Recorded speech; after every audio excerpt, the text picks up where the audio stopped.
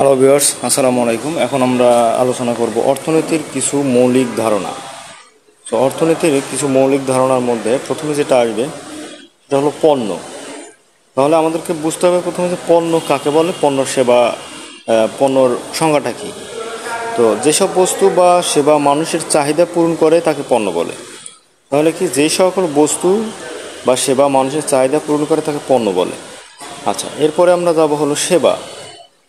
আর যেসব কার্যাবলী মানুষের চাহিদা পূরণ করে তাকে সেবা বলে। তাহলে যেই কাজগুলো দ্বারা মানুষের চাহিদা পূরণ হয় সেগুলোকে আমরা কি বলবো, সেবা বলবো। ওকে, এরপরে কি চাহিদা।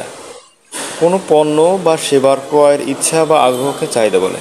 কোনো পণ্য বা সেবা যদি ক্রয়ের ইচ্ছা বা আগ্রহ থাকে সেটাকে কি বলে, চাহিদা বলে।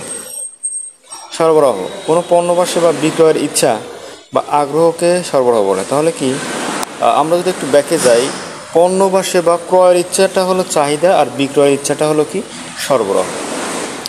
আচ্ছা, এরপর কি মূল্য। এই যে পণ্য বা সেবা, এটার যে বিনিময়ের একক সেটা হলো মূল্য। আমি যখন ক্রয় করব তখনও একটা মূল্য দিতে হবে, যখন বিক্রয় করব তখন একটা মূল্য নিতে হবে। তো বিনিময়ের এককটাই হলো কি, মূল্য। এরপরে কি আসবো, উৎপাদন। কোনো পণ্য বা সেবা তৈরির প্রক্রিয়াকে উৎপাদন বলে। ওকে, পণ্য বা সেবা তৈরির প্রক্রিয়াকে কি বলে, উৎপাদন বলে।